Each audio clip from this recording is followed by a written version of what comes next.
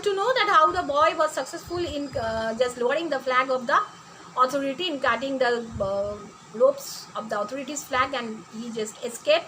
The sentry could always spray the gun, and it had marked the girl and it had marked the boy. The major was very much excited that he would be able to catch the girl, then he would be able to catch the boy also. So he was ready to go to the grammar school, where they knew that all the boys and girls of the area would be coming to study, and he would be able to find the boy and the girl. So he was very much satisfied that at least a work of sense had been done by the sentry. And in the meantime, what happened, Adriana, the girl belonging to the group of partitions, was washing her hands so that this color could come out, but it was not possible for her to for the color to come out. And now they were in a doubt. She was rather afraid that if they would find her, they would definitely find Andreas the boy. That's foolish and wasteful. You will be needed again, and besides, they beat you. They will only imprison me. No, it was great luck that you were not splashed me like me. Don't be so ungrateful as to throw it away. So that's foolish. Adriana said what? That the idea of being caught by whom? By Andreas was rather a foolish thing, and it was rather wasteful, means it was not needed at all, because he will be needed again. He would be needed again, and besides they would beat him. Besides they would beat him badly. They will only imprison me. They will only do what? They will only catch him. No, it was a great luck that you were not splashed like me. So it was a great luck that he was not splashed like him. And don't be so ungrateful as to throw it away. So he pointed out that he should not throw it. So he should not be so ungrateful by throwing the chance away, as it was a great opportunity that he had escaped, and he was not marked with color. Don't be so ungrateful, means he should not be ungrateful to the opportunity he had got. And her voice was violent and resolute, but she was very frightened. Now what happened? Her voice was violent. Violent means very strong, and resolute, very much decisive. She was very strong at that point of time, but she was very frightened at the same time. I will not let you bear it alone. We were all in this act together. Now Andreas replied that Adriana would not be alone, as they were in this type of incident.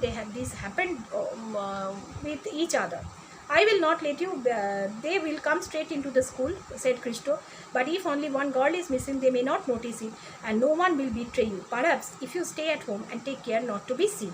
So now at that time, Christo said that Christo could find. Means it seemed that Christo could discover the idea of the major, and Christo pointed out that they would be definitely visiting what? They would be definitely visiting what? They'd be definitely visiting the grammar school. And grammar school, in that grammar school, they may not, if one girl would be missing, they would not notice it, and if someone would not betray her, she would stay at home, no one would be able to find her. For how long? Said Andreas shortly. You see, the marks won't come out. They will have to wear away gradually. Do you think she can be hidden for months? So now Andreas point out that for how long she would be hiding there, because these marks, which were very strong marks of very strong dye, it had to be go on slowly and slowly. Do you think she can be hidden for months? Do you think? Does Andreas think that she would be hidden for months? But they may have given in a week or two. So they might have been given in a week or two. If they do not find me in the school, said Adriana with authority, they will want to see the register and find out who is missing. It is only another way of being set apart. I think I would rather be there to face them. So again, Adriana was also very clever. She said that if they would not find her in the grammar school, they would check the register. They would find out her address. So it was only another means of capturing her only. So rather she would stay at school, and she would be ready to face it. It is not that I will not give to the cause to feel ashamed. So it is not that she did not want to be the cause of feeling ashamed. She was proud to be the partitions, and she wanted to face boldly the major. But her body shook, because she knew she would still be afraid. But her body shook means she was shaking with fear, because she knew that she would be still afraid. If we have tried linen bleach and one of the girls timidly, do you think it would move it? So she just pointed out that if they would use the bleach to take the color out of linen, sometimes this type of bleaching chemicals are used to take the color off. And do you think that it would remove it? Means she suggested that if that would remove the color or not by the application of bleach, if the color would be moved or not. Nico shook her head. No, it's an old vegetable dye. Nothing will fetch it out. Yeah, it has to wear off. My uncle is a dyer. She said sadly. I know. So Nico shook her head and said, no, it was not possible. It was a very old vegetable dye.